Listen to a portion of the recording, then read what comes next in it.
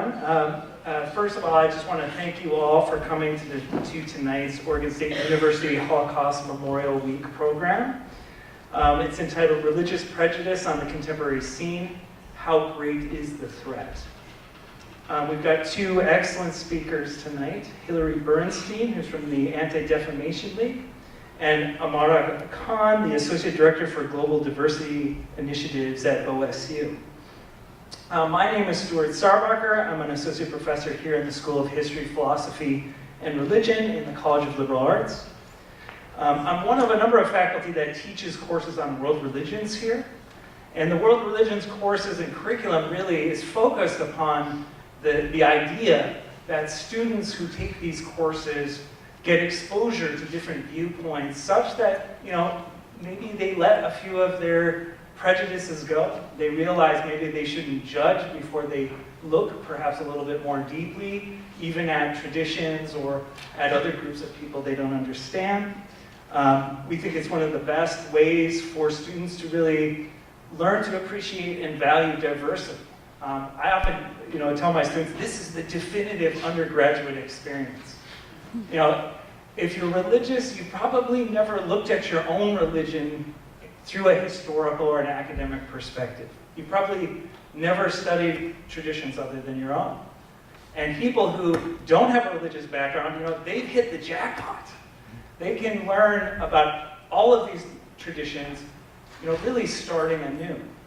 So needless to say, I'm really happy to introduce two speakers today whose work I really see as being on common ground, really getting out there and helping educate people, believing that if people really understand and appreciate the lives of others, even those who seem to come from other places or strange places, that the world really is a better place and that we need more of this in the world and not less.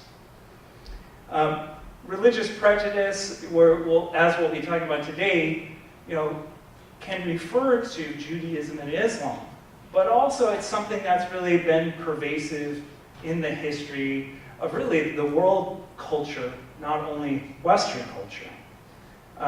As Paul reminded me recently, on Monday was the 102nd anniversary of the Armenian genocide, which uncharacteristically fell on the same day as Holocaust Remembrance Day. As someone who studies in South Asia, one of the things I often make sure my students become aware of is that there was a period of time in our recent past where the greatest concentration of suicide bombings was actually in Sri Lanka, in a civil war between Buddhists and Hindus. And so religious violence is by no means unique, let's say, to the Abrahamic faith context, but it's really something people have found challenging around the world. A few years back, I taught a course in which we used a book called Terror in the Mind of God, which was about religious violence across traditions and how religious violence, despite appearing in different traditional guises, often contains the same kind of logic.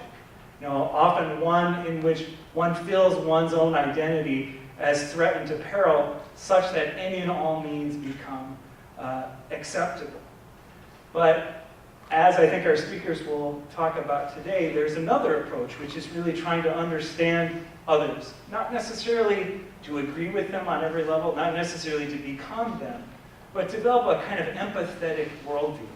In fact, one of the formulators of comparative religion as a discipline, Minion Smart, like to argue that people who study other cultures should take a position of empathy. Try to put yourself in the shoes of the other. But he said, I would distinguish that from sympathy, in which you absorb or take on views of other people. And it may be you find something appealing or something you can identify with, but in principle, even if we disagree with someone, we can understand them and come to maybe an understanding that motivates us to change the underlying principles. I'm also happy to say I work at a university where our leadership, and notably our president, Ed Ray, has been ahead of the curve in so many ways in terms of speaking out and acting in constructive ways about challenging issues like prejudice towards religious communities. I also, lastly, wanted to express my appreciation to the work of my colleague, Paul Copperman, whose passion and energy as chair of the Holocaust Memorial Week really makes this all possible. And though it's a big committee, Paul does almost all of the heavy lifting, and it's really a testament to his passion and commitment to this cause of really keeping awareness going, investigating the types of issues we're investigating tonight. So I'd like next to introduce our speakers, and I'm going to start with Hillary Bernstein, who will be our first speaker tonight. She's the Pacific Northwest Director of the Anti-Defamation League, where she's served for over 8 years. She's responsible for the overall planning, direction, and administration of the entire 5-state Pacific Northwest region, including Washington, Idaho, Oregon, Montana, and Alaska. So a pretty big region here. And just in case you don't know, ADL's stated mission, the Anti-Defamation League's stated mission includes 1, fighting anti-Semitism, 2, combating hate and protecting communities, 3, confronting discrimination and securing justice, 4, supporting Israel, and 5, promoting respectful schools and communities. So I'd like you to give a warm welcome to Hillary Bernstein.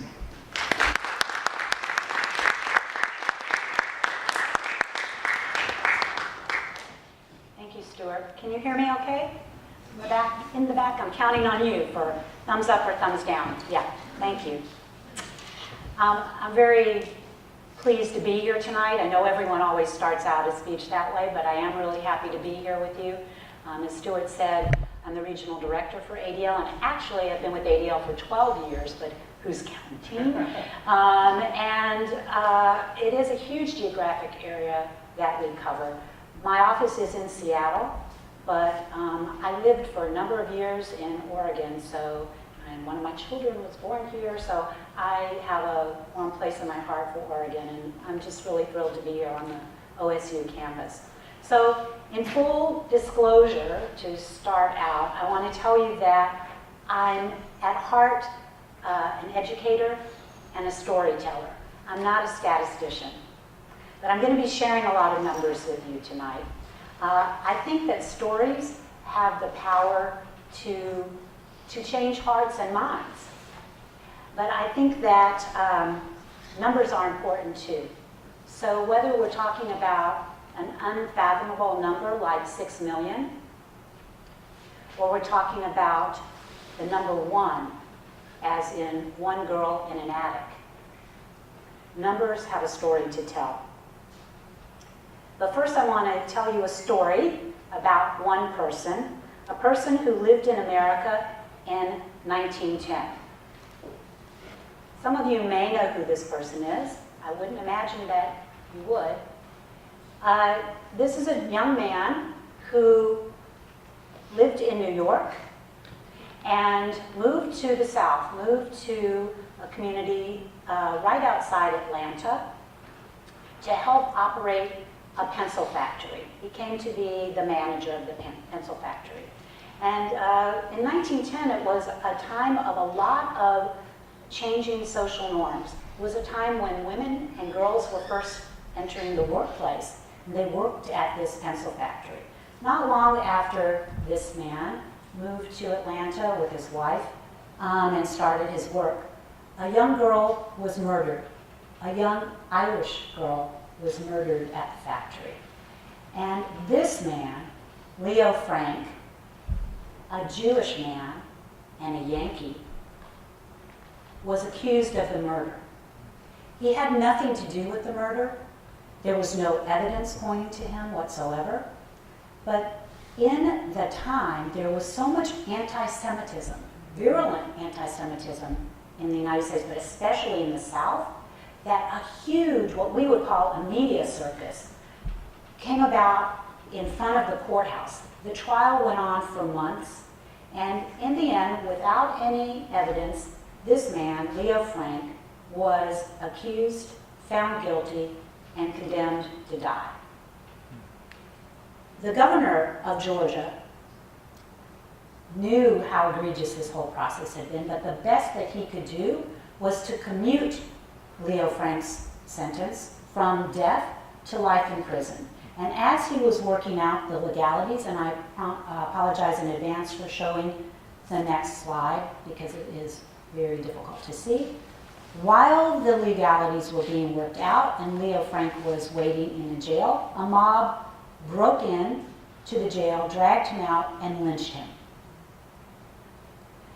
Against this backdrop of horrible anti-Semitism in this country, which was new for many Jews, the ADL, the Anti-Defamation League, began. It wasn't because of Leo Frank's lynching, but it happened around the same time. And the ADL was started with, as Stuart mentioned, a dual mission, built on two pillars. One, to stop the defamation of the Jewish people, which is basically in answer to what happened to Leo Frank.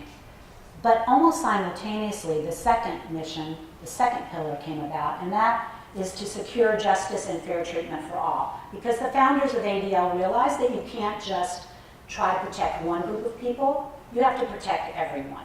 And so that's the dual mission of ADL, to stop the defamation of the Jewish people and to secure justice and fair treatment for all. This second part of the mission, securing justice and fair treatment for all, is pretty much what I do full time.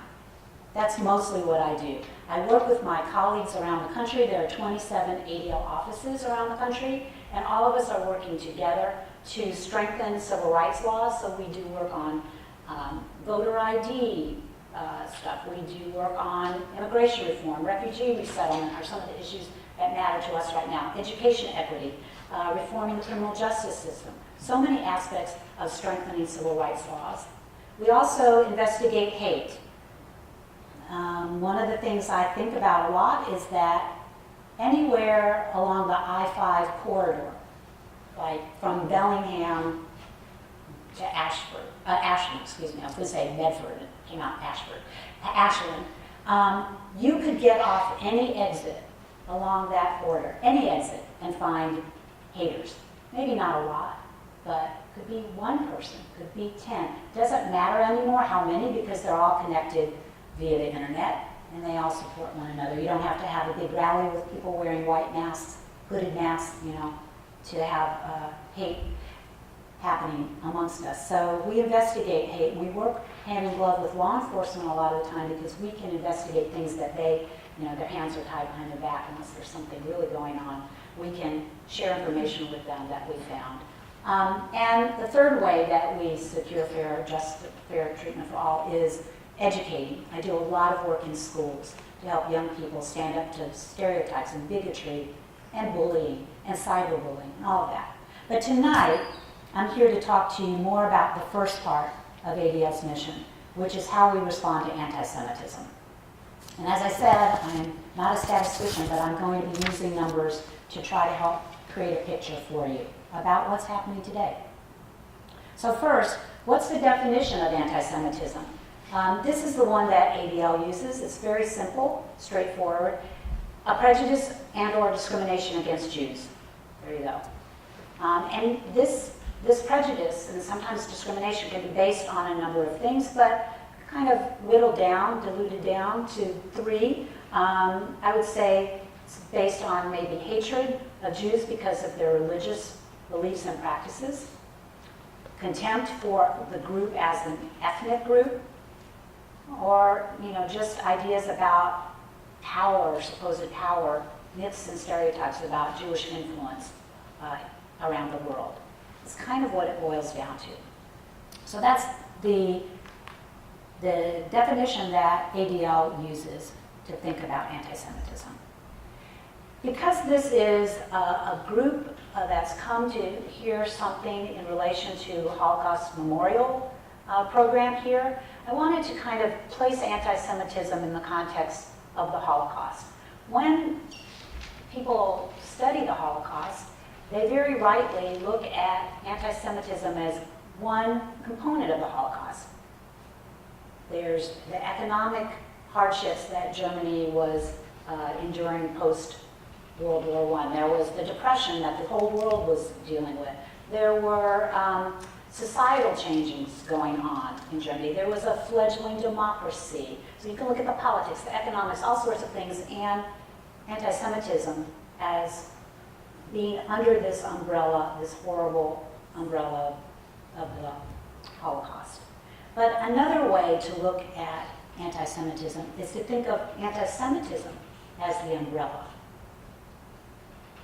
Anti-Semitism didn't start, and it certainly didn't end with the Holocaust. So it was a beyond horrible moment in time where anti-Semitism manifested itself. But as you all know, anti-Semitism existed way before the rise of Hitler's power, and Hitler never would have been able to carry out the Holocaust on his own, one person. He fed into and used anti-Semitism to fuel his ideas. But the anti-Semitism is the umbrella under which I think the Holocaust falls, and anti-Semitism is continuing today. So ADL tracks both anti-Semitic attitudes and beliefs. We're tracking trends in that area. What are people thinking? What are people believing? What are they stating that they believe? And then we also track actual incidents. So I sort of decided to pull these two apart, if you will, and focus on one at a time. I'll start with attitudes and beliefs. So ADL, I don't think you can, well, maybe you can read that. Thank you, OSU, for the huge screen. Usually there's like a tiny screen.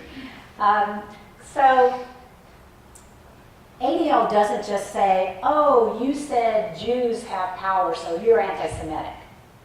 Or, oh, you threw some pennies on the floor in front of my middle schooler and called him a dirty Jew, you're anti-Semitic. Those two things are terrible, but ADL has a very high bar that we strive to meet before we will say somebody holds anti-Semitic attitudes when it comes to our polling. Okay, I want to be clear about that. When it comes to how we track trends. So here are 11 stereotypes. Ignore, if you will, the numbers on the side here. I pretend they're behind the screen because I just grabbed this, slide to show you.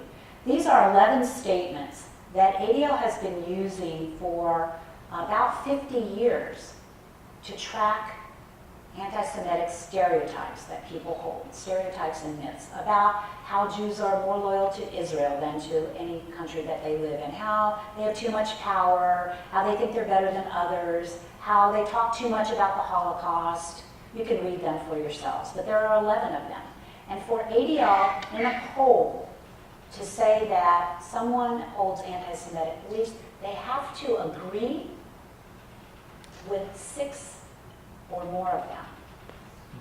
That's a pretty high bar. So like you could say 4 of those things are true and not, make it to our poll as holding anti-Semitic beliefs. You have to say 6 or more of these. I bring that up because I don't want you to think we just throw that term around willy-nilly. ADL has been tracking anti-Semitic attitudes in the United States since 1964, but we had never taken a look at the global picture until 2014. We undertook this huge effort where we went to over 100 countries. That's where the Global 100 came from. And we talked to people in over 96 languages. We conducted interviews using translators. Some of the interviews were over cell phones, some were over landlines, and some were in person. All in all, I think there were over 55,000 people interviewed from these 100 countries. And I thought I would share with you, just as a snapshot, what some attitudes are around the world. 26% of those interviewed agreed with 6 or more of those 11 statements.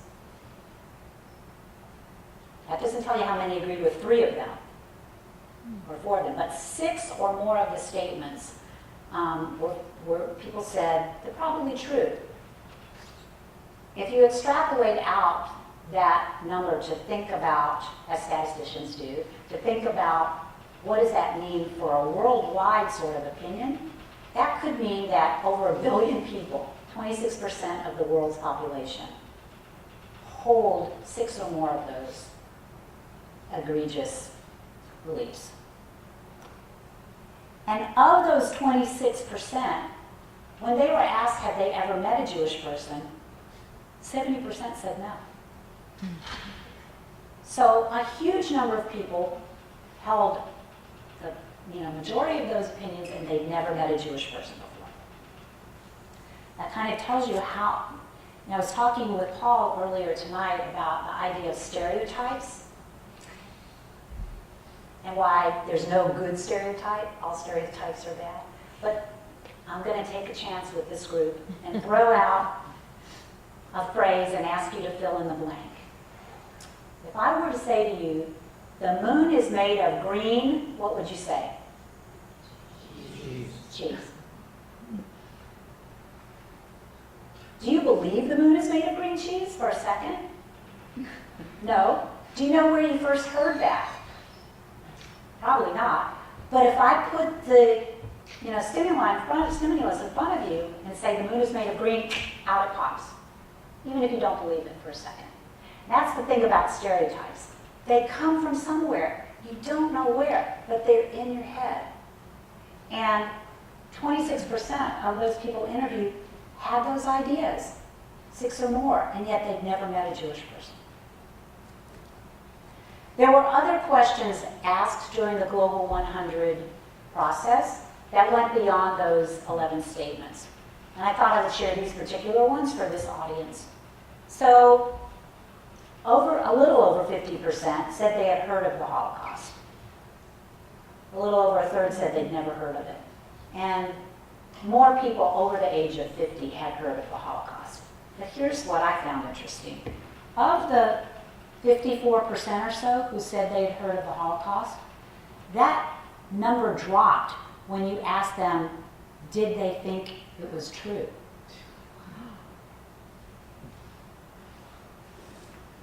And the rest of this is broken down by parts of the world. But that was amazing to me. So I've given you just the tiniest snapshot of what this Global 100 report came out to say. You can go online and look it up. It's interactive, so you can place your cursor over different countries and see what the results were. And ADL's been in touch with all these different governments to talk with them about how can they improve education. For me, one of the most interesting numbers was that the country outside of the Middle East, the country that had the highest percentage of anti-Semitic belief was Greece. So anyway, I encourage you, if you're interested in this kind of information, I only gave you the tiniest glimpse of the rich information that's of interest to you. So that's sort of global attitudes. Here's information that just came out, just reported, conducted during January and February. These are attitudes, again, not incidents, attitudes here in America.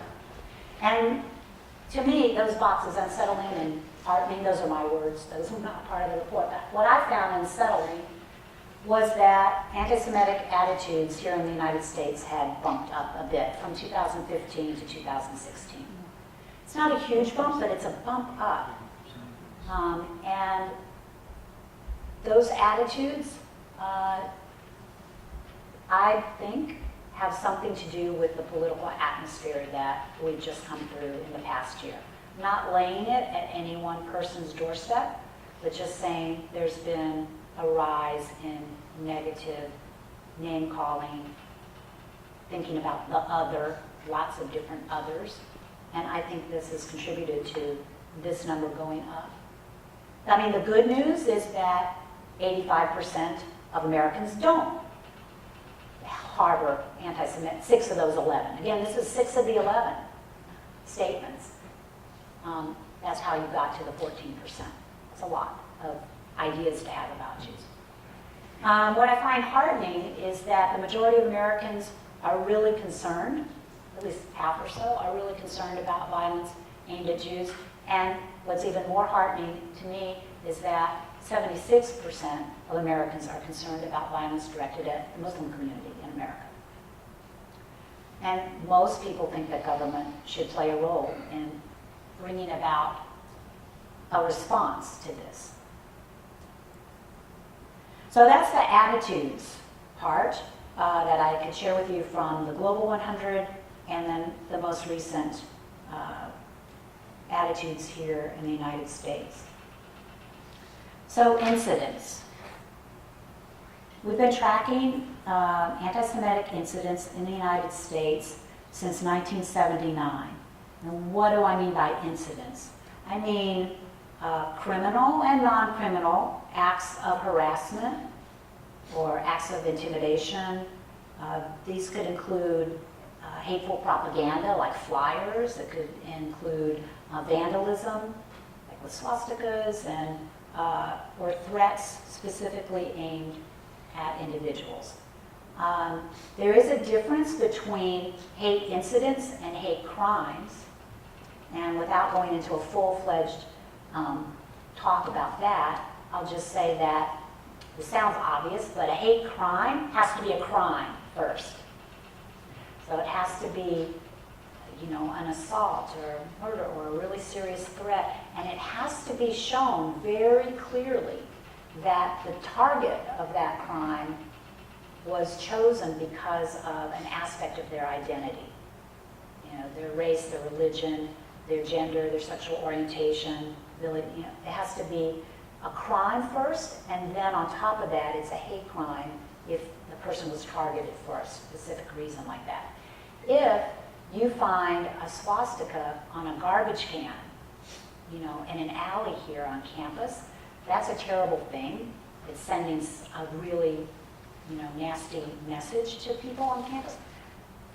But it's not a hate crime, according to the law, because we don't know who the target exactly was. There's, the garbage can wasn't in the front yard of a Jewish student or something like that, or an African American. Or do you see what I'm saying? It has to be like a very clear nexus. A line has to be drawn. So there's a difference between incidents and crimes, but they all come into the ADL audit on incidents if they've been reported to the ADL or to law enforcement, and law enforcement recorded it that way. There's lots of ifs for it to make it into the actual report. So here's the brand new incident. It just was released Monday. Today's Wednesday. And the big ticket pieces of information from it are that anti-Semitic incidents grew in the United States by 34% from 2015 to 2016. So there were almost 1,300 incidents that were reported around the country that could be shown targeting Jewish individuals or institutions. 30% of those occurred in November and December. 30%. You think about what was happening in our country in November and December. And then what's really troubling is that since the calendar has turned to 2017,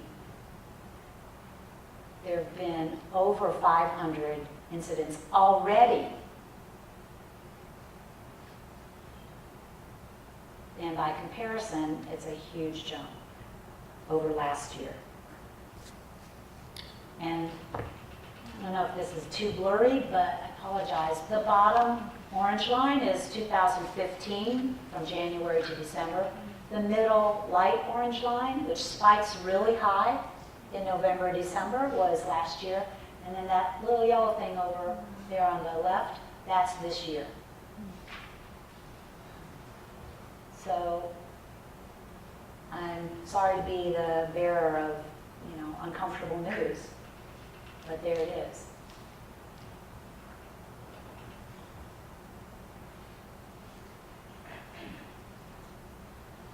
Anybody saw this image in the news. This was in Seattle at Temple to Her Sinai, which is about not even a mile from where I live. Dollar signs, that's a really nice touch. But this was during the same period that the bomb threats were being called in around the country. I'm sure most of you know that they did find the perpetrator of those calls. It turned out to be a man who is Jewish, who has dual citizenship in the United States and Israel. And so I've had people say to me, well then, is it, those bomb threats, were those anti-Semitic if the perpetrator is Jewish? What do you think? Yes? No? Yeah. Yeah, I would agree with those who think yes, because it doesn't matter really who's perpetrating it. There was real fear and real anxiety. There were pictures of babies in cribs being wheeled out of, a Jewish community center in Seattle. There's the cameras, the helicopters, and they're taking pictures of the babies in the cribs from the daycare being wheeled out to a safe spot. There were parents trying to pick up their kids. I don't have to paint a really specific picture for you. You can imagine. So no matter who perpetrated it, no matter what that person's intent, there was an impact. And I would say that about any sort of bullying or mean-spirited joke or ridicule or stereotyping or scapegoating or discrimination or hatred against somebody. Doesn't matter what the intent was. Yeah, it's important to know, was somebody telling a joke out of ignorance? Were they just, trying to be funny? Did they know exactly what the heck they were saying and they said it to you on purpose? All those types of intent are really important to know, but you can't stop an intent. You have to go to impact. And I would say that this young troubled man who was behind some, we don't know if he was behind all of them because there were a lot of copycat possibilities, but at least this one person who was caught, he definitely had an impact. So here in the Northwest, we talked global attitudes, we talked American attitudes, we talked American incidents, but specifically here in the Northwest, in Washington, so there were incidents in Seattle, like Temple to Her Sinai. Some of the day schools had calls coming in. In Spokane, there was stuff on in the city area. In Portland, the statue of former mayor, I just forgot her last name, Cass, yes, thank you, was defaced. Here, closer to home, in Eugene, I think there were a couple of pubs that had swastikas and we're watching you on the side of the building, and the owner of that particular pub is Jewish. There were flyers. I don't know I haven't heard if there have been flyers here on campus, but I know, I'm glad to see head shaking no. They're on team. Okay, so some say no, some say yes. I'm going to jump ahead to something that I'm going to encourage you to do when I get to the end of my talk, which is please report them to, if you're not reporting them to campus security, you should do that. But please let the ADL know, because we can't track these things. I can't talk about them. I can't share, can't offer advice to your administration. I can't do any of that if I don't know that it's happening. But I know that on some campuses there have been flyers about diversity is a code word for white genocide. There have been some ugly recruiting types of things, and some people, I guess, have seen that. In Montana, many of you may have heard in the news, there was a rabbi and her family and a woman who's a realtor in Whitefish, Montana, who were targeted online by Richard Spencer's followers. It was really ugly. They posted not only personal information online and told people to troll them, but they put pictures of their children online. They put their personal phone numbers, all sorts of things. It was horrible. And the thousands and thousands of emails, tweets, Facebook comments were horrifying and petrifying to the Jewish community in Whitefish. It was wonderful to see how their neighbors stood up with them in solidarity and tried to counter all of it, but it made people who feel like we live in the United States and we're safe and we're respected for who we are, to feel like there was no safe place for their children. So college campus that I know that's been dealing with anti-Semitism in a small way, but their response has been really big, is Western Washington University up in Bellingham. They had a couple of incidents that happened in some dorm rooms that were really frightening to students. But their president said, I want a task force to be created to study anti-Semitism and to figure out best practices for how we can respond. And that group has been meeting for over a year, and I've been lucky enough to work with them. They've delved into what's the history of anti-Semitism. They've delved into what's best practices elsewhere. They've had students on this task force to think about what can they do to respond not just to anti-Semitism, but to all forms of hate on campus. It's been a really galvanizing effort, and they're about to implement some of their best practices. One of the things that I thought was interesting, and I'll share it with you, is that they were talking at one point about how students want action. They're tired of talking about hate on campus. They're tired of talking about inequity, and we need to see action. We need to take steps, which I totally agree with. But I said to them, we have to remember that talk is not a four-letter word. We have to continue to talk to each other and listen to each other before we can take steps, before we can take action steps that everyone can agree to. So they're like, yeah, we do need to build into our curriculum some requirements for certain, courses and seminars and whatever that will focus on listening to each other. And they said, maybe we could build it into the freshman orientation, which I think is awesome. But I said, what about when they're sophomores and juniors and seniors? They will have been on campus more years, and they'll be able to see, share what they've seen and build on their skills and strategies for standing up to hate and for talking to each other. But in general, across the country, as ADL has been tracking college campuses, there have been incidents, but it's sort of been flat. That's what a recent report showed as far as incidents go. It hasn't really increased a lot on college campuses. Still not pretty, especially in California, some of the campuses there. But where we have seen an uptick might surprise you. Elementary schools, middle schools, and high schools. When I used to talk to parents as recently as 2 years ago about helping their young students deal with incidents of anti-Semitism, most of them said, my kids aren't really experiencing it. Now my phone is ringing every day with parents saying, I don't know what to do. This is what my child is telling me. I went to talk to the principal, and it's either the principal is sympathetic but doesn't know what to do, or the principal says it's nothing, or I feel stymied. My child is afraid to speak up in class.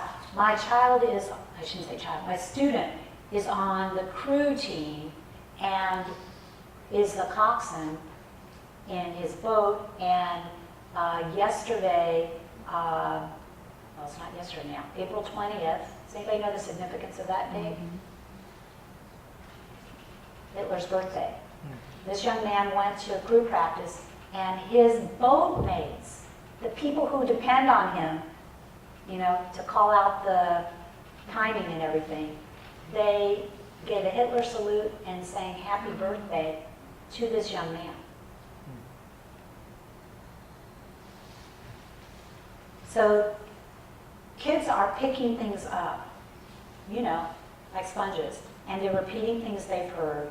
And anti-Semitic comments have always existed in schools, people trying out language that they've heard and seeing how it fits, but there's been a definite uptick. And my advice is always to try and approach the situation, my advice to parents, is always to try to approach the situation with the school as if you're on the same team. Like, make sure you communicate to the administration. I'm here because I care about this school, I care about all the kids, not just my own.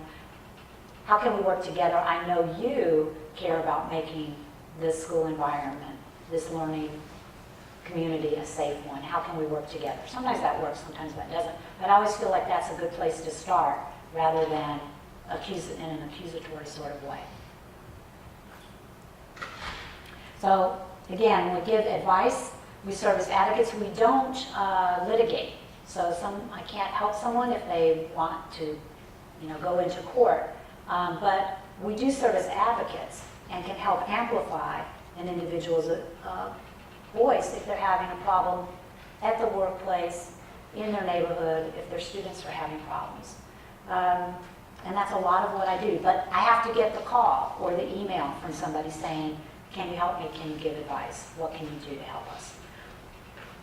We provide safety trainings to houses of worship, not just synagogues, but to various houses of worship and religious centers. 2 weekends ago, I was speaking at a Sikh community center in a suburb of Seattle where they had experienced a lot of hate.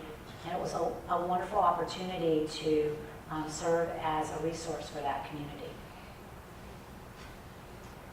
And as I mentioned earlier, helping communities, particularly minoritized communities, or immigrant communities where English is not the first language to understand, something terrible happened, you know, someone was targeted, it was something awful.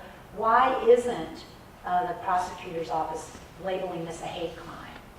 Or if they do, how it could make it harder to prove, you know, to bring the criminal to justice. It's complicated. So sometimes something should be prosecuted as a hate crime, sometimes not.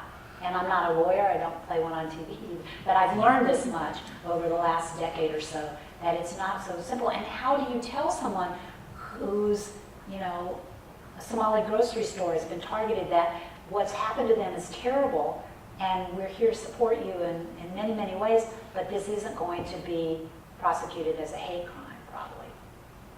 I mean, how many times have you seen something on TV like, why does it say law enforcement is investigating whether to, you know, follow up on this as a hate crime? It's because it has to reach such high legal bar. Maybe sometime that will change, but right now, that's how it is. So helping people understand the difference between hate speech, which is protected, ugly speech is protected in this country. And when does it change into a hate incident or hate crime? We work with law enforcement. We do a lot of trainings for them to help them understand how to report a hate crime, which sounds obvious, but if an officer is coming to the site of something that's happened and they're talking to the victim and they haven't been trained to listen for the right things, for the right red flags, what did the perpetrator say right before he or she did this thing? What kind of tattoos maybe does that person have? What, you know, all of those things, like, if they don't put those things in the report, then it will never get logged in as a potential hate crime. So there's a lot of training that has to go forward with that. And then finally, a lot of work I do is in schools. There were no place for hate buttons outside pins. I hope you'll take one, take a couple, share them with people. It's a really powerful message to young people, especially, and we help them undertake activities at their schools. They do it. They do the activities to promote an environment of respect and inclusivity. And when they do these activities, they earn the designation from ADL as being a no place for hate school. And they can earn it year after year after year. We give them a big banner, and it's really an empowering thing for young people to realize that they can change the culture in their school. We have resources specifically about anti-Semitism. The other No Place for Hate thing is about any and all kinds of, bullying and hate and disrespect. Kids call it drama.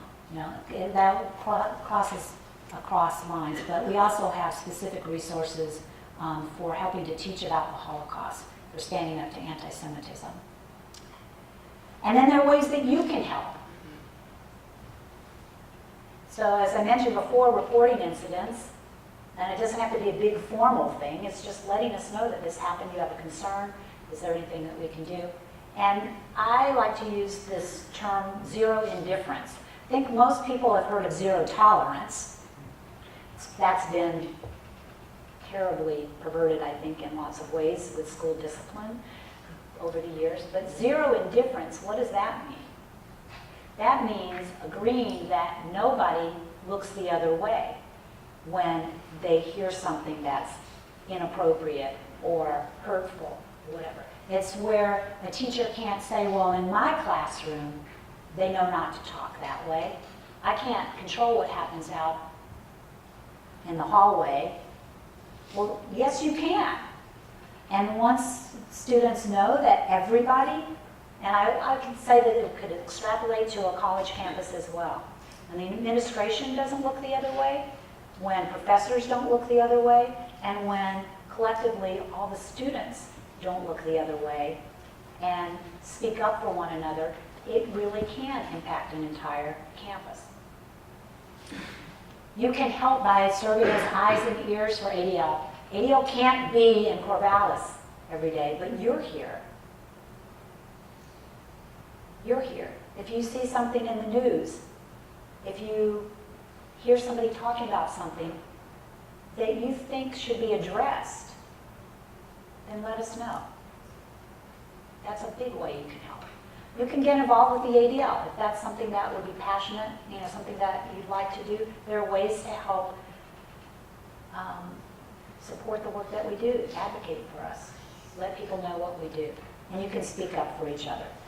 Those are really concrete ways that you can help in this fight to stand up for all people. I want to leave you with a story. I said I was a storyteller.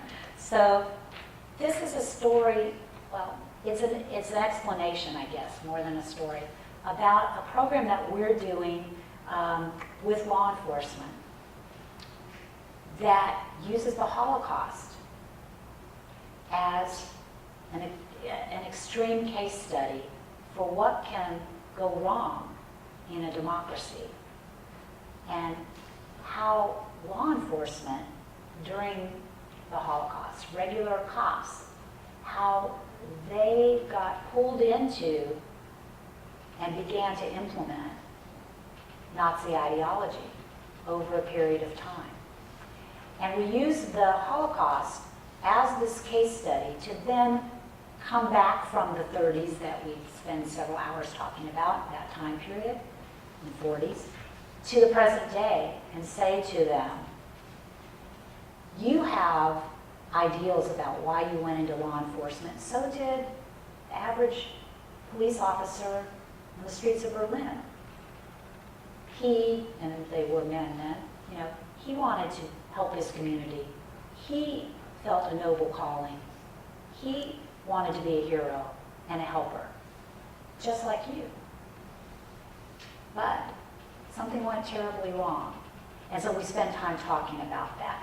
It's really powerful because this program that we've now brought to see, I should have said, it's been going on for 20 years, this particular program. It's called Law Enforcement and Society, and it was developed in Washington, D.C. 20 years ago as a partnership between the ADL and the Holocaust Memorial Museum in D.C. And we developed this program specifically for law enforcement. And since that time, over 130,000 individual cops and other members of law enforcement have gone through this program. And now we've brought it to Seattle because there is a new Holocaust museum in Seattle, and we're able to use that venue and bring law enforcement in 20 people at a time so that it's very interactive. And the stories that they are sharing with us afterwards are so gratifying to say, I knew about the Holocaust, I'm sort of a history geek myself, but I never thought about the role of law enforcement then. We'll get some comments.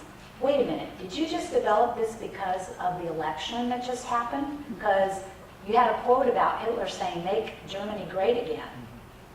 I think this is really political. And I'm like, no, this was developed in 1999, before 9/11, before Ferguson, before this election. These issues are really important for all of us to think about. So I share that with you because it's a way that a time in history that matters to all of you, because you're here in this room, is being used in a way to inform our lives today, and I think to make our lives better and safer here in this country. So there you go. That is a quick and, for me, a rapid tour through our examination of incidents and attitudes around the world and here in the country. And I want to thank you for taking an interest in this topic and to recognize that even though the actual incidents that happened during the Holocaust are in the past, what's in the present today is the way we treat each other. And thank you very much.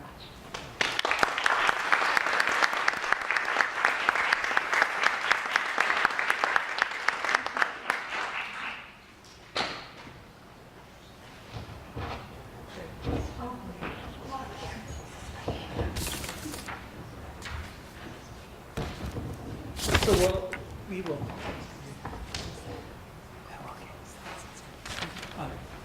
So we'll go ahead and we'll save Q&A until after Amara has spoken as well, but there will be some time at the end to have some conversation on these topics we're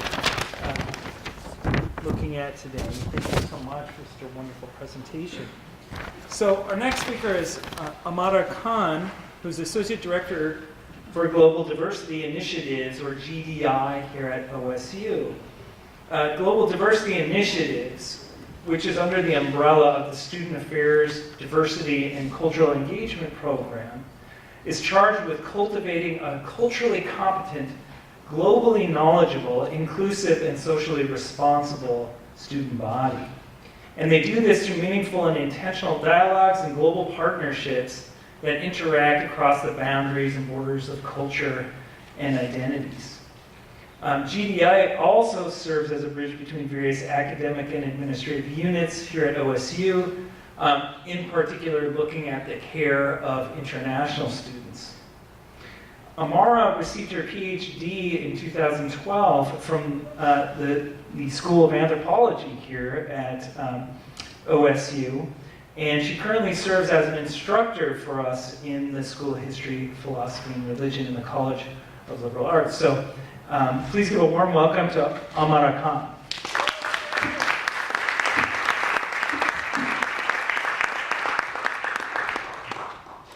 Thank you. Thank you very much. Everybody can hear me?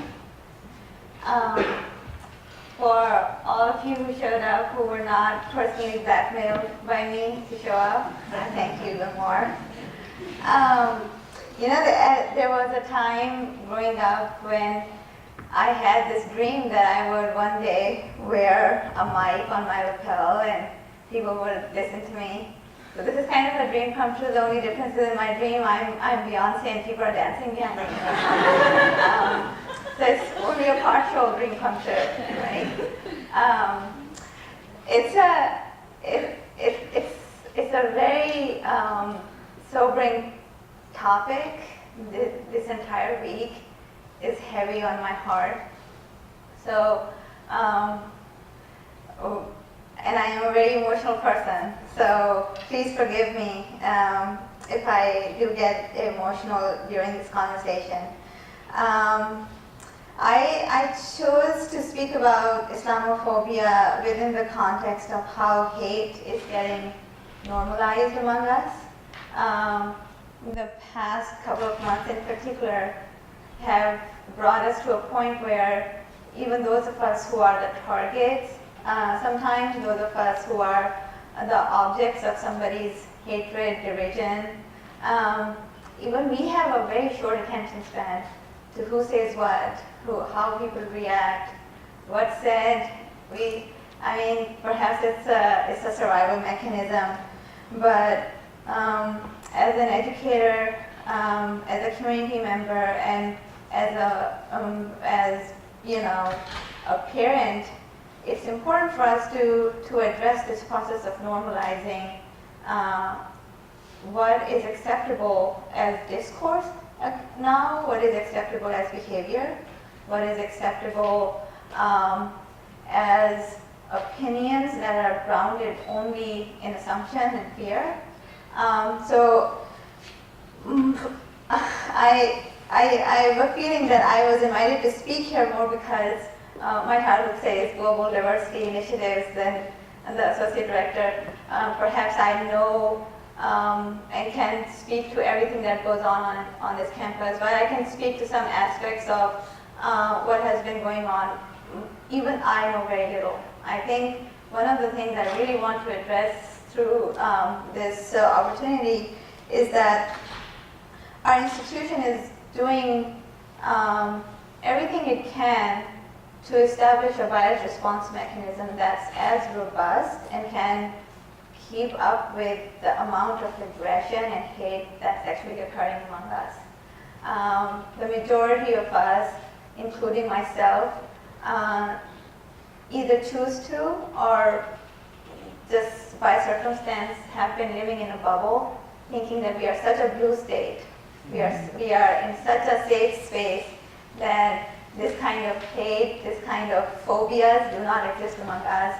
I had a very rude awakening the day after the election because, and no disrespect to anyone who has a different opinion politically, I felt like this last national election was a referendum on how much we can hate certain groups, and the majority of this country said yes.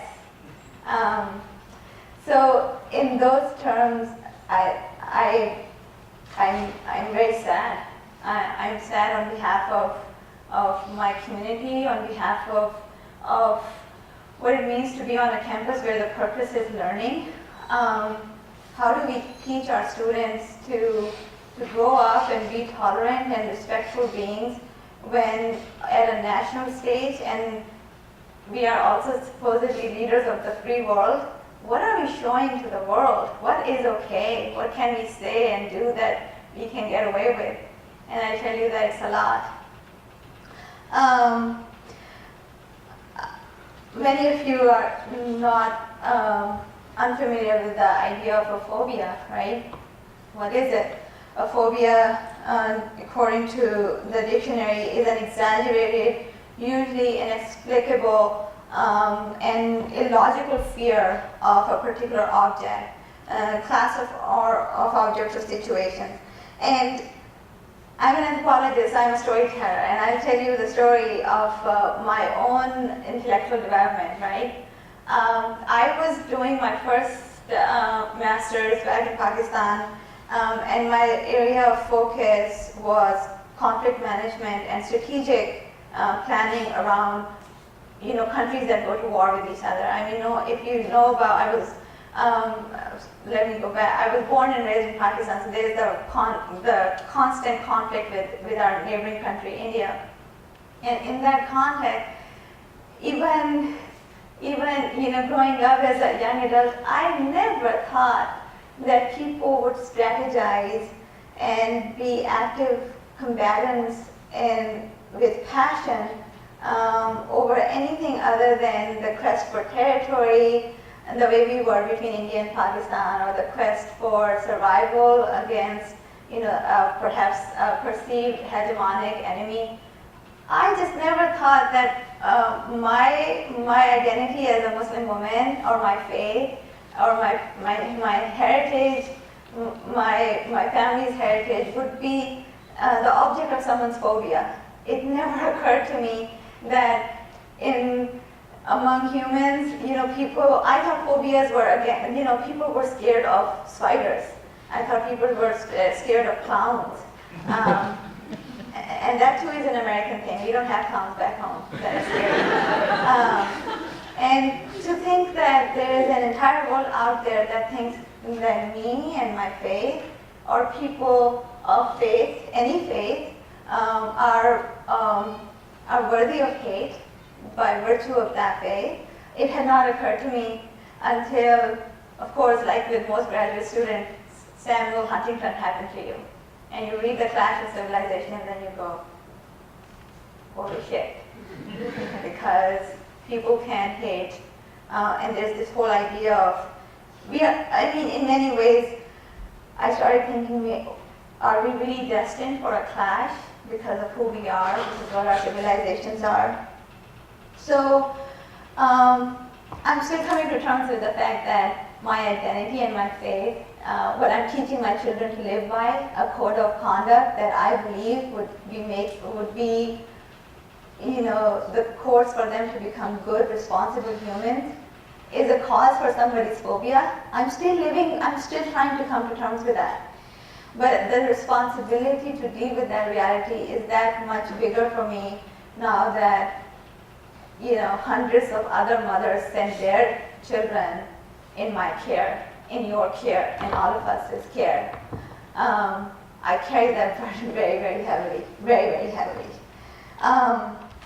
So, for those of you who are curious and who like definitions, Islamophobia is an exaggerated fear, hatred, and hostility towards Islam and Muslims that is perpetuated by negative stereotypes resulting in bias, discrimination, and the marginalization and exclusion of Muslims from social, political, and civic life.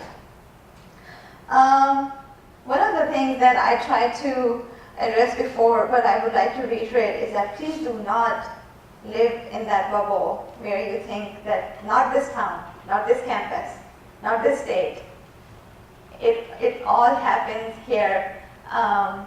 We are not protected from hate just because we have a history of voting liberal in the voting booth. I am not at liberty to share the data OSU is collecting on how many issues of bias have been reported over the past less than 4 months.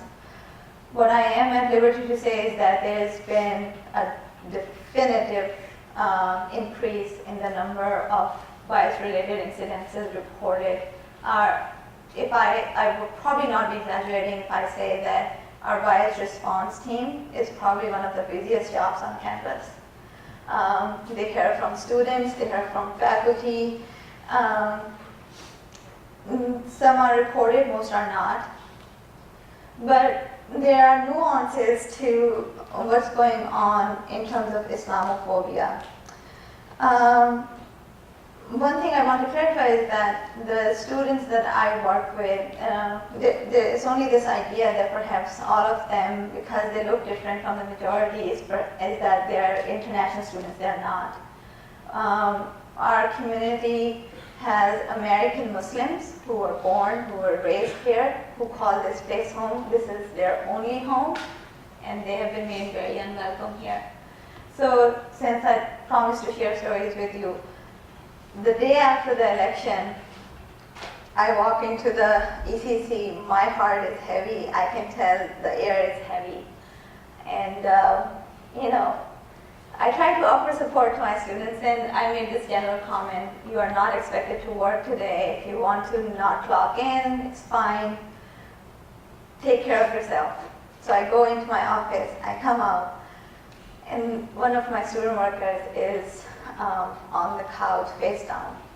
And I thought, well, I did give a blanket permission to do whatever, so perhaps catching up on sleep is one of it. And then I walk past and she's sobbing, she's crying. And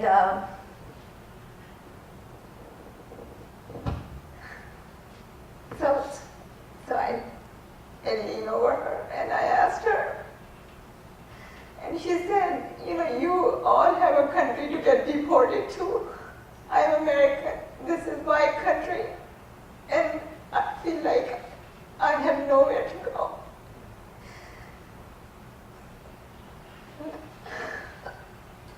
And the thing is, my own family has been the object of people's hate. I have seen I've seen things, I've heard things. Somehow, it's harder for me to deal with Islamophobia when someone's childhood in my care is the object of it, because I carry that burden very heavily on me. How do we protect our students who have loyalty and love for this nation, and whose loyalty is doubted every day because their skin is darker than yours and mine? So, we have conversations in the ECC. We address things the best way we can. We talk about who do we become from now onwards. This is not going anywhere. Our nation has changed dramatically. And most days, I can tell you, I have a very hard time getting this kind of candidness out of my students. I have the ability to share with you openly, perhaps because, my displacement is now 13 years ago. I came to this country in 2003, so it's been a long time. So I have grown a very, very thick skin. So I feel, and it's my personal opinion, that it's actually my displacement and the displacement of other people of color who have come here from different places, call this place a home. That's what the disadvantage is.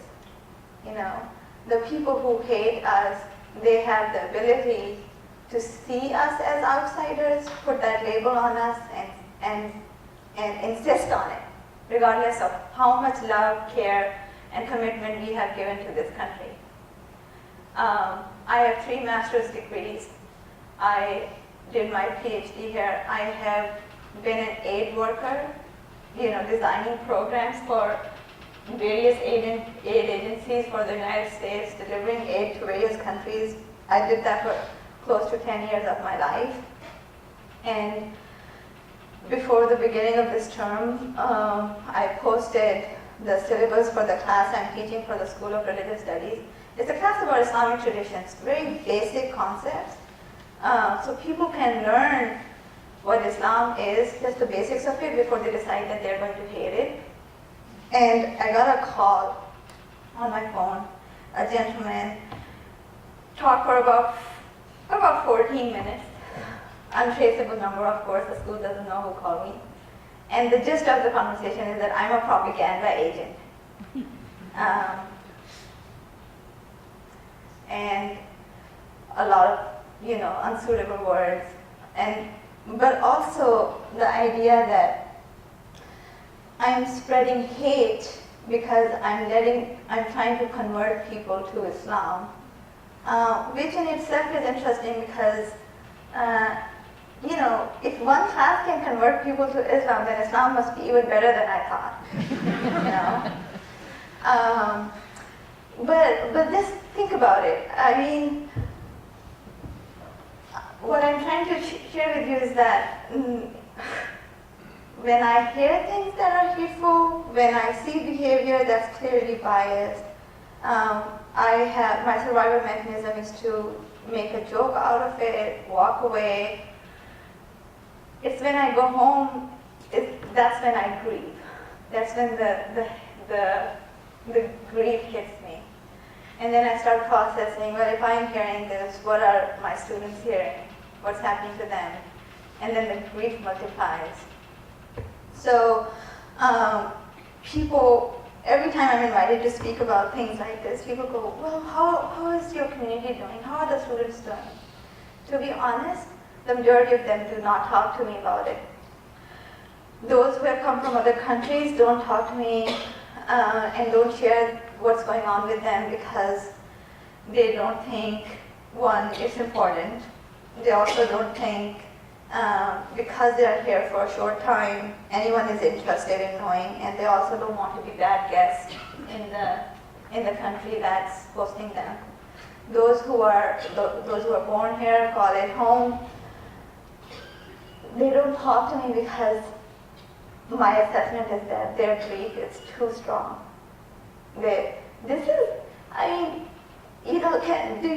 Can you imagine what it feels like to take pride in your citizenship, in your ownership of, an identity, and then being questioned about your loyalty and being questioned about, where you stand in terms of commitment to that nation, to that space, and also being questioned just because you look different, because you believe different. I can share with you, though, that Muslim students on this campus have been chased several blocks by people telling them to go back to their country, even though some of the students in question have no other country to go to. This is their country. I can share with you that a female student was intimidated by, and it really, I don't even want to use any racial identity, by people who have the comfort of calling themselves the majority. So this female student is a hijabi. She gets into her car, she starts the car, several young men choose to drape themselves around her car. So the idea is that if she moves the car, someone gets injured and then it becomes a problem for her. She's also terrified because it's night and she's trying to go home. She doesn't know what the intent is, but it's intimidation, it's fear. We've had a hijabi student wrestled to the ground and told that she doesn't belong here. I mean, then the question is, why haven't you heard about it? You just heard a question, have we had flyers? We have had white supremacist flyers on this campus pretty much every week since the election. We have had flyers printed at our library and found by students of color. The example that you shared about, white genocide, that's one of the minor ones. So do not live in this bubble that we are somehow immune to the hate that happens out there somewhere. I want to quickly go through some of the data. We had the good fortune of having one of the senior leaders from the Council on American Islamic Relations come to speak with students and community members here on campus. She put me on the mailing list for CARE. If you're interested in knowing about what's going on in our country pertaining to Islamophobia, please get on that mailing list. You might get some really good information. If you want to know more about what's going on beyond this campus too, I don't know how many of you heard, there was a family, Muslim family, an Iraqi family in Tigard, Oregon, that was on vacation, came back, and their entire house was vandalized. And every wall had the word terrorist on it. Every wall had markings on it that said Islam is not a religion, things about the Prophet. I mean, you name it. These attacks are happening within our community. We are not immune to this. So how does it manifest itself? What happens? So globally, not just this country. So what I'm trying to share with you is that when Islamophobia incidences are sometimes reported and information is collected, its trends are seen and reported across the global West or the global North. Many Muslims, according to CARE, report not feeling respected by those in Western societies, and the United States being one of them. a significant percentage of several Western countries, the three in particular that CARE has focused on is the United States, France, and Britain, share this sentiment saying that the West does not respect Muslim societies in general. Specifically, 52% of Americans, 48% of Canadians say the West does not respect Muslim societies. Smaller percentages of Italian, French, German, and British respondents agree at the same time. So these are the numbers. So this, by the way, is a 2012 Gallup survey, and they are collecting more recent data, as which should be available to us by the end of this first quarter. So the question was, do you believe Western societies respect Muslim societies, or do you believe Western societies do not respect Muslim societies? And you can look at the answer. 57% of people in Italy believe that, yes, Muslim societies are respected, but 28% do not. Look at the United States though. 40% believe Muslim societies are respected, 52% do not. Across all regions, Europe and Middle East and North Africa, what is the root cause of Muslim tension with the Western world? And primarily, it's believed that it's political interest and has nothing to do with the real knowledge about the faith or the religious content of Islam. I'm teaching this class on Islamic traditions, and one of the students came to me in the first class and said, Dr. Khan, I'm offended when you use the word Islamophobia, because to me, it ends the conversation. It's a conversation ender. And I said, how so? And he said, well, because once you use that word, then there's no talking about it anymore. And of course, I'm obligated as an educator to meet the student where he is in his learning. So I promised to him that while I can't promise not to use the word, I will help him understand why this word, what it means to me, what the meaning is. But I also told him that when he reads the word Islamophobia, it's a term in a dictionary that has a definition that he could choose to accept or not, choose to read or remember. I live it. I live that experience. I was at the Corvallis clinic when I was waiting for my turn to go see the doctor, and another mother was in there, and the child was trying to jump off of a table. And if you know Muslim mothers, you would know that their motherhood extends to the entire world. Once you become a mother, everyone is your child. Some of my students are here, they would agree. I coddle them to death. They probably don't want to be here, but they are forced, right? But anyway, so I immediately get out of my chair and I say in Arabic, Hasbi Allah, which is my instinctive word saying, God protect you from falling or harm. And the mother goes, excuse me? And I said, I just said a prayer that your child is not harmed. And she goes, we don't believe in your prayers. It hurt me. I said, well, I had no bad intention. I only wanted to protect your child. Prayers are good no matter where it comes from. And she said, not from your God, it's not. And think about it. This woman doesn't know me.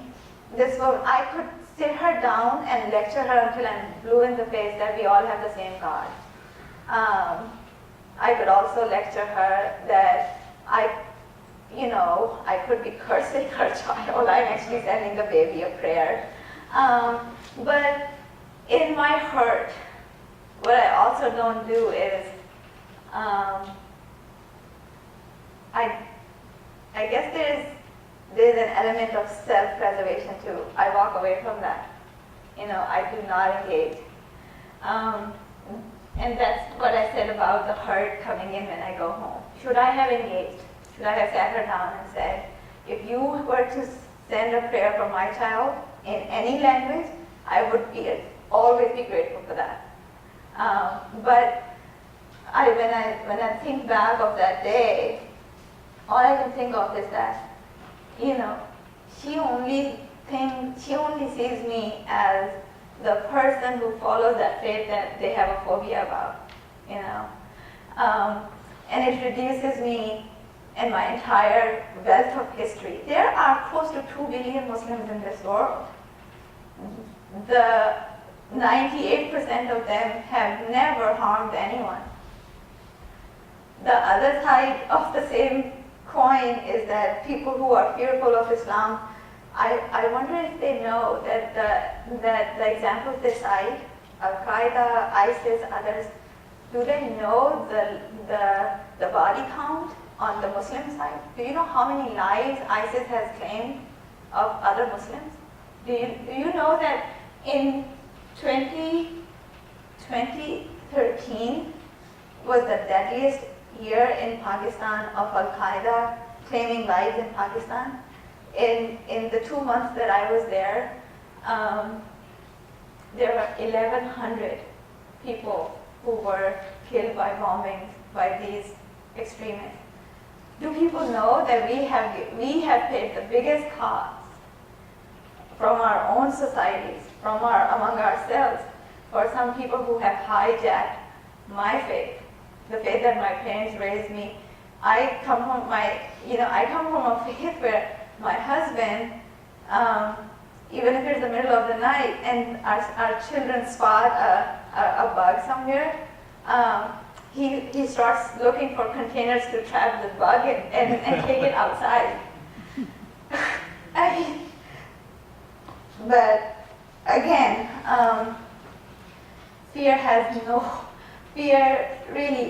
fear of Islam in particular, fear of people, fear of color, fear of minorities.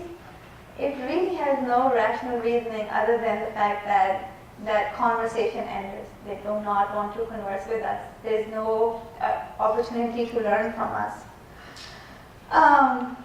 1 in 4 people who were surveyed by Gallup acknowledge that Muslims living in the United States, France, Britain, and China are not treated fairly.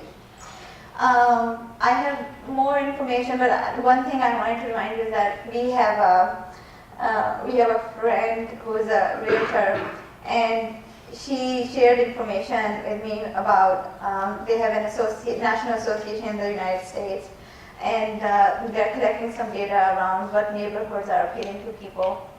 And she said that out of 50 people, about 21 said that they would rather not live next to a Muslim neighbor in various parts of the United States. And, I hope they figure out what people's stated causes are, but this is the kind of stuff that makes it very hard for me and others who have committed to building a life in this community. I seriously wonder what kind of future do my children have? How would they be seen in school? Are their Muslim names a liability? Somebody asked me the other day, how is their behavior different? What do you see if they don't talk about their experiences? Well, things are bad when the same students who the year before came to me wanting to get support on celebrating Hijab Day on campus and wanting to have a big event, inviting other people who don't wear a hijab to come experience and talk to them about their experience. That same student came to me this year and said, I'm going to Florida, should I not wear my hijab because somebody might harm me? So things are different. Things are bad. I have a couple of things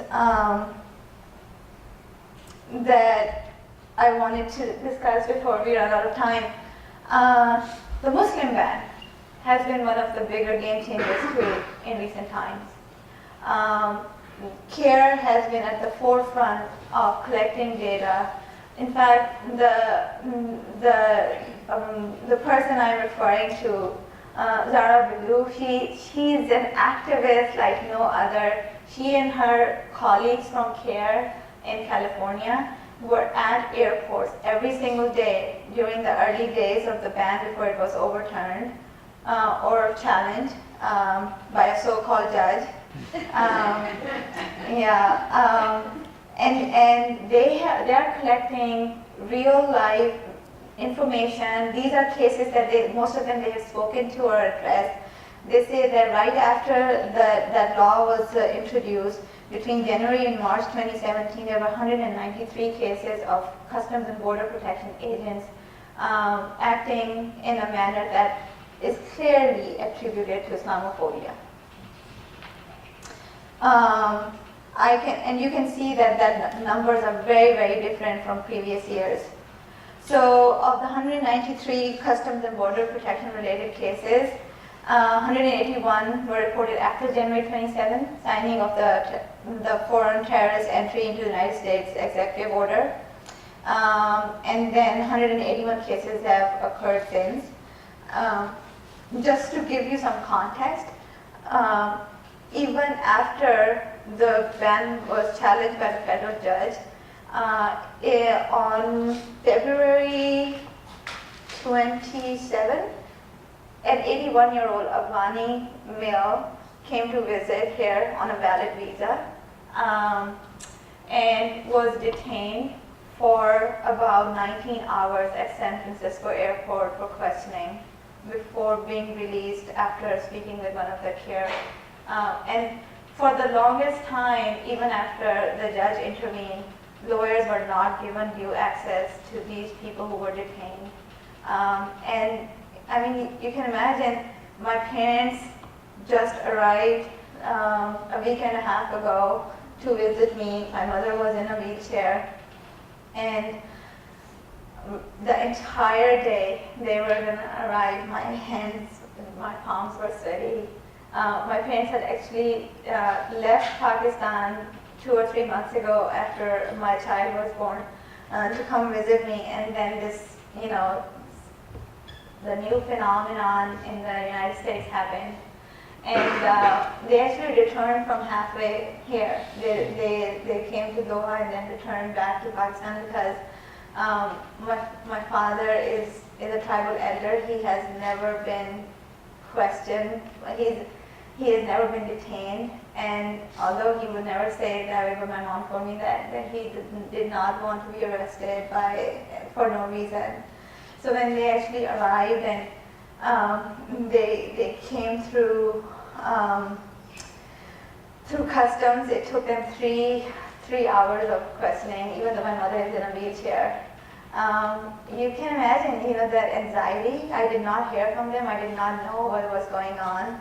I was calling every airline at the airport to figure out where my parents were. I was calling border protection agencies to see if they were taken somewhere. So I don't know if there are any parallels for some of you, if you have ever experienced something like that. But for me, all I can tell you is that my mother, when she got home and I asked her what her experience was like, and she said that the person who was pushing her wheelchair and took her out of the baggage collection area, she said that she grabbed her hand and she was so grateful, and she said, you know what, I'll always be grateful because I know you don't want me here, but you allowed me into your country. That broke my heart, really did. So I know we have a very important visual today, so I'm going to end it here, but thank you, really, thank you for your time.